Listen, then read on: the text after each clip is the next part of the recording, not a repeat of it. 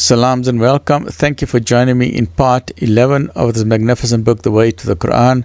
My thanks go to the Pretoria North Muslim Educational Institute and to the Islamic Foundation of the United Kingdom, Leicestershire, and Brother Haris Ahmed for giving me permission to go through this book, The Way to the Quran by Khurram Murad. And today we are looking at episode number 11. So Khurram Murad at this point is, and we are busy with chapter number 1, which is called The Journey of Life, right? So we're busy with the journey of life, where the Quran should be the eternal living reality. So the Quran is not an ancient book, it is a living reality, and we should regard it as such, because the Sahaba Ikram, they regarded the Quran as a living reality because it touched every facet of their life. So the question that Khurram Murad is now asking is, can the Quran again be a living, relevant force as powerful for us now as it was 1400 years ago?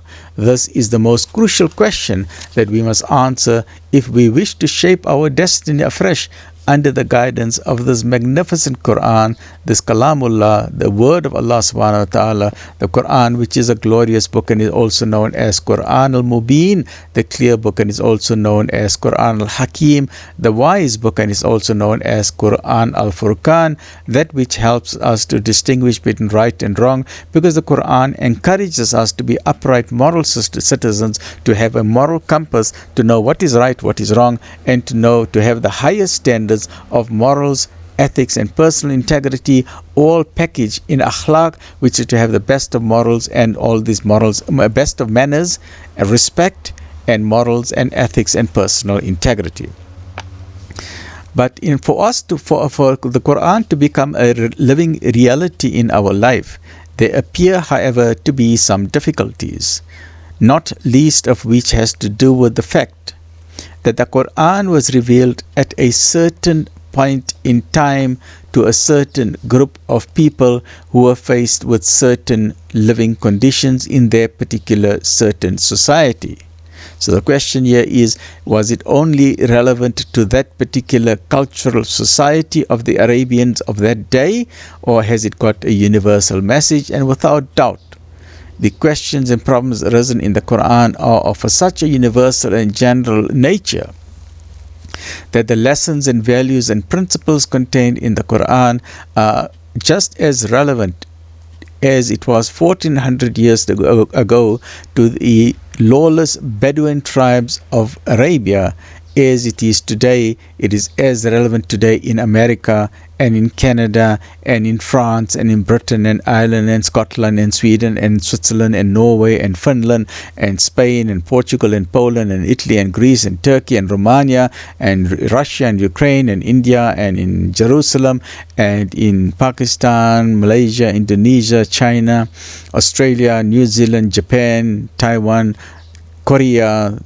Thailand, Singapore, Hong Kong, Philippines, Nepal, Vietnam, Brazil, Argentina, all over the world, and in Africa, South Africa, Malawi, Mozambique, Zimbabwe, Zambia, Algeria, Syria, Morocco, Mauritania.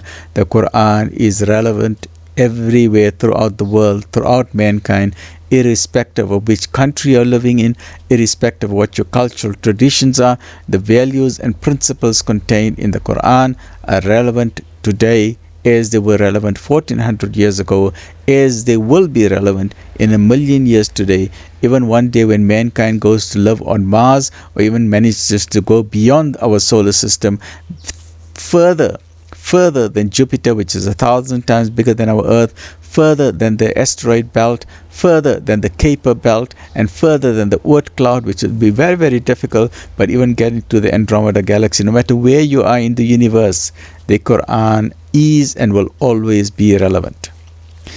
So since then, since 1400 years ago, we have traveled a long way.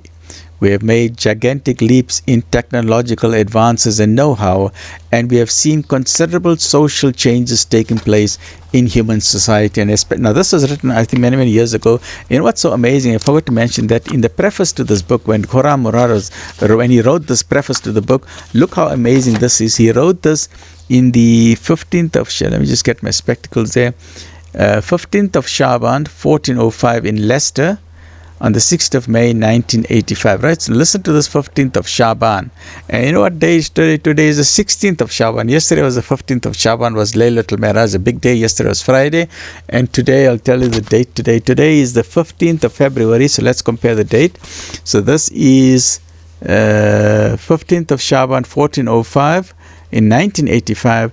And today, when I'm doing this program, this video is being produced on the 15th of February 2025, and the Islamic date is the 16th of Shaban 1446. So 85, how many years is it? 85, 15 years plus 25, 30, 40 years later. So this book, he wrote it 40 years ago, nearly to the day of this particular day. 40 years ago, exactly 40 years ago, alhamdulillah. And imagine Khurram Murad is still getting the reward for this. Why? Because the reward for knowledge doesn't end. It is like building, what do they call it? Isali Sawab and Sadaqah Jariyah. So may Allah SWT to reward him abundantly. May Allah SWT to put nur in his grave and fragrance in the grave and light in the grave. Because remember that your Quran helps you in the grave. It becomes the shield for you. When the Munkar and Nakir are coming to question you in the grave, then the Quran stands in front of them and say, no, don't ask this fellow any questions. And when they come behind you, they say, no, don't ask any question. They come on your left and they come on your right, the Quran is there all the time. They say, no, go. And the angels get tired and then they go away. It's not only the Quran that comes to your help, then your roza, your fasting comes to your help, right? And then all your namaz that you have prayed, or the good deeds that you have done on your life, and then they say, okay, leave this fellow alone, just let this person rest up in peace until day of Qiyamah, and that person will rise up in the pleasure of Allah subhanahu wa ta'ala. Right, so let's continue with this.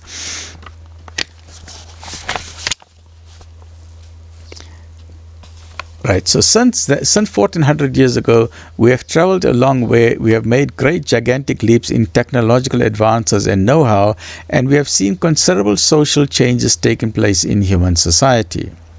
Moreover, most of the followers of the Quran today do not know Arabic, and that includes myself. I did not do any Arabic courses. I'm not a master in Arabic. I'm not fluent in Arabic.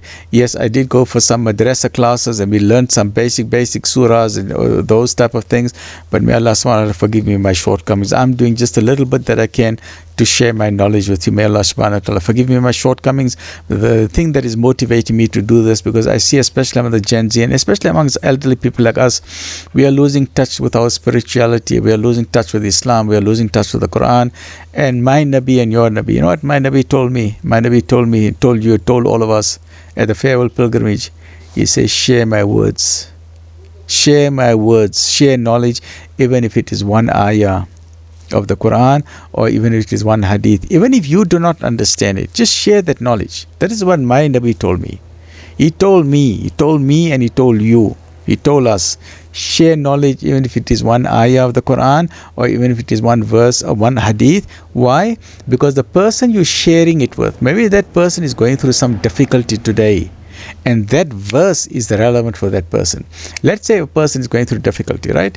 And then you decide, okay, today I came across a verse in the Quran which says, Allahumma sabirin, Allah is with those who are patient, right? But you are not going through any difficulty. But you said, you know what, let me put it on my social media post, Allahumma sabirin. And then the person who's going through difficulty, that person now goes through the post and you say, Allahumma sabirin. Say, oh, wow. Look at this. I was going through difficulty today, and here look at this beautiful verse of the Quran which is saying, Allah is with those who are patient. So please remember to share knowledge. Stay well, look after yourself. Alhamdulillahi Rabbil Alamin. So share this with others. Share this with the Gen Z. Share this with your children. Put it on your social media groups as well. Remember, the Quran is light, and the world is in darkness. South Africa is in darkness. Let's face it, we are going through great difficulty. The past 30 years was not easy. We're going from bad to worse.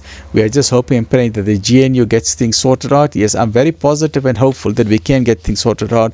But right now, the country is in need of Deen al-Islam. The continent is in need of Deen al-Islam. And the global world is in need of Deen al-Islam, because Islam is the light. The Quran is the light. It is the Kalamullah. And we need to do our very best to not only share this concept throughout the whole of humanity, but we as Muslims need to understand the way to the Quran. And Khurram Murad, alhamdulillah, has done a magnificent job.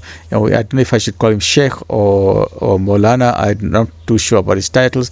I shall just refer to him as maybe as Sheikh Khurram Murad out of respect for him. Stay well, look after yourself. Alhamdulillah Rabbil Alameen.